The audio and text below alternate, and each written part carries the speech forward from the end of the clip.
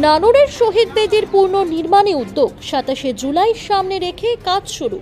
নানুরের সুচপুরে 27শে জুলাই যে নির্মম গণহত্যা সংঘটিত হয়েছিল, সেই ঘটনায় নিহত শহীদ পরিবারগুলিকে স্মরণে রেখে বাসাপাড়ায় গড়ে ওঠে একটি শহীদ বেদি। কিন্তু দিন দিন রাস্তা উঁচু হওয়ায় বেদিটি নিচের দিকে ঢলে পড়ে ক্ষতির মুখে পড়ছিল। এই পরিস্থিতিতে শহীদদের স্মৃতি রক্ষায় এবং শহীদ বেদিকে নতুন রূপে গড়ে তুলতে উদ্যোগ নিল জেলা পরিষদ। আজ জেলা পরিষদের সভাধিপতি কাজল শেখ শহীদ পরিবারের মহিলাদের নিয়ে শহীদ বেদির পুনর্নির্মাণের ভিত্তি স্থাপন করেন। এই সংস্কার কাজের মধ্য দিয়ে শহীদ দিবস আরও মর্যাদায় পালনের প্রস্তুতি নেওয়া হচ্ছে। তিনি জানান, শহীদদের সম্মান রক্ষা করা আমাদের কর্তব্য এবং এই উদ্যোগ সেই দিকে এক গুরুত্বপূর্ণ পদক্ষেপ। উপস্থিত ছিলেন নানুর ব্লকের সভাপতি সুব্রত ভট্টাচার্য সহ আরও অনেক গণ্যমান্য ব্যক্তি। শহীদ পরিবারদের সদস্যরাও এই উদ্যোগে আশাবাদী ও কৃতজ্ঞতা প্রকাশ করেন। কাজ শেষ হলে নতুন করে সাজানো শহীদ বেদিকে ঘিরে শহীদ দিবসের অনুষ্ঠান আরও স্মরণীয় হয়ে উঠবে বলে আশাবাদ সকলে।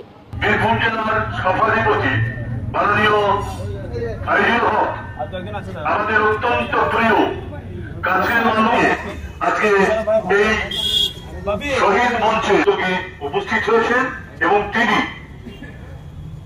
তৈরি করবেন অবশ্যই কারিগর বিভাগ, কিন্তু প্রথম মশলা এই যে বিল্ডিং মঞ্চ তৈরি হচ্ছে, সেই মঞ্চে তৈরিতে প্রথম মশলা আছেন নানুরের শহীদ পরিবারের সদস্যগণ এবং তাদের নেতৃত্বে আছেন জেলা পরিষদের সভাধিপতি মাননীয় আইজুল হক মহাশয় তথা বীরভূম জেলা তৃণমূল কংগ্রেসের ইতিহাসে যাদের রক্ত পিচ্ছিল পথ অতিক্রম করে যাদের অবদানে আমরা এই জায়গায় আছি, সেই শহীদ পরিবারের শহীদ মঞ্চ বাসাপাড়ার এখানে আছে। সেই শহীদ মঞ্চটা বর্তমানে দিনের পর দিন রাস্তা উঁচু হওয়ার জন্য নিচে চলে গেছে, যার জন্য সবসময় ওটা আবর্জনা থেকে শুরু করে শহরের যেসব ব্যবসাদার আছে তারা এখানে বিভিন্ন ধরনের ট্রে থেকে শুরু করে সব কিছু রাখে। তাই শহীদ পরিবারের যারা সদস্য আছেন তাদের নির্দেশ বা তাদের পরামর্শ মতো আমরা এই শহীদ মঞ্চটাকে এখানেই থাকবে, কিন্তু একটু পিছন সাইডে নিয়ে যাওয়ার চেষ্টা করছি এবং এটাকে নতুনভাবে ডেকোরেশন করার চেষ্টা করছি। যদিও এটা আমাদের ব্লক সভাপতি শুরু করে পঞ্চায়েত সমিতির সভাপতি শুরু করে এখানকার স্থানীয় নেতৃত্ব যারা আছে নানুর ব্লক তৃণমূল কংগ্রেসের, তারা সকলে উপস্থিত আছে। ধূপসেরা অঞ্চলের যারা নেতৃত্ব তারা সকলে আছে। সর্বোপরি শহীদ মাতারা, শহীদ পরিবারের সকল সন্তানরা উপস্থিত আছে। তাদের পরামর্শ মতো এটা আমরা করছি এবং আগামী দিনে আমরা চেষ্টা করব এখানে শুধুমাত্র নানুর বিধানসভার যারা শহীদ হয়েছে তাদের নামই আছে। আমি আগামী 21 তারিখে যে কোর কমিটি মিটিং আছে, সেই কোর কমিটি মিটিং আলোচনা করে বীরভূম জেলার যারা শহীদ হয়েছে তাদের সকলের নাম এখানে রাখার জন্য আবেদন করব।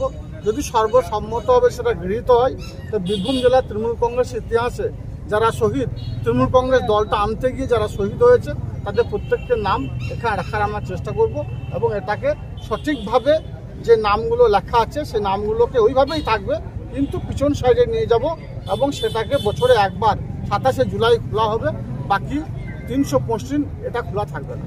আচ্ছা, এই যে নানুরের এই যে শহীদদের নাম, এই শহীদদের থেকে তৃণমূলের অবদান মানে কতটা অবদান এদের তৃণমূলের প্রতি? দেখুন, আপনাদের সকলের জানা আছে, আপনারা দীর্ঘদিন ধরে সাংবাদিকতার সঙ্গে যুক্ত আছেন।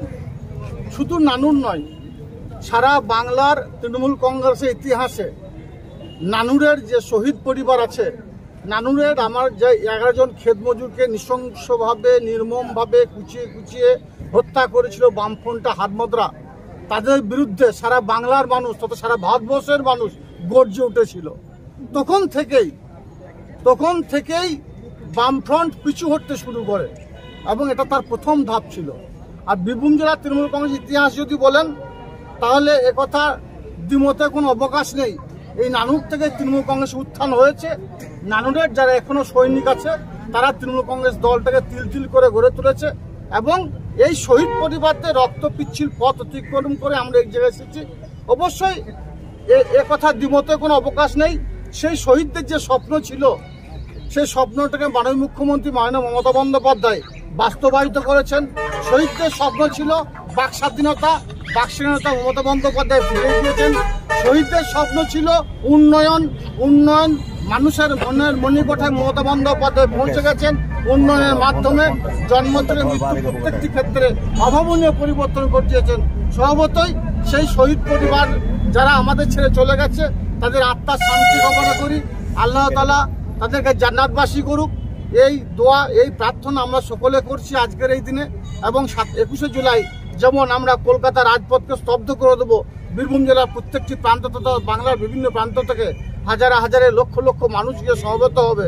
অনুরূপভাবে নানুরের 27শে জুলাই যে দিনটা আমরা সেই শহীদদের উদ্দেশ্যে পালন করি, বীরভূম জেলার বিভিন্ন প্রান্ত থেকে আমরা চাইব হাজারে হাজারে কাতারে কাতারে মানুষ এখানে এসে সে শহীদদের প্রতি শ্রদ্ধা নিবেদন করে।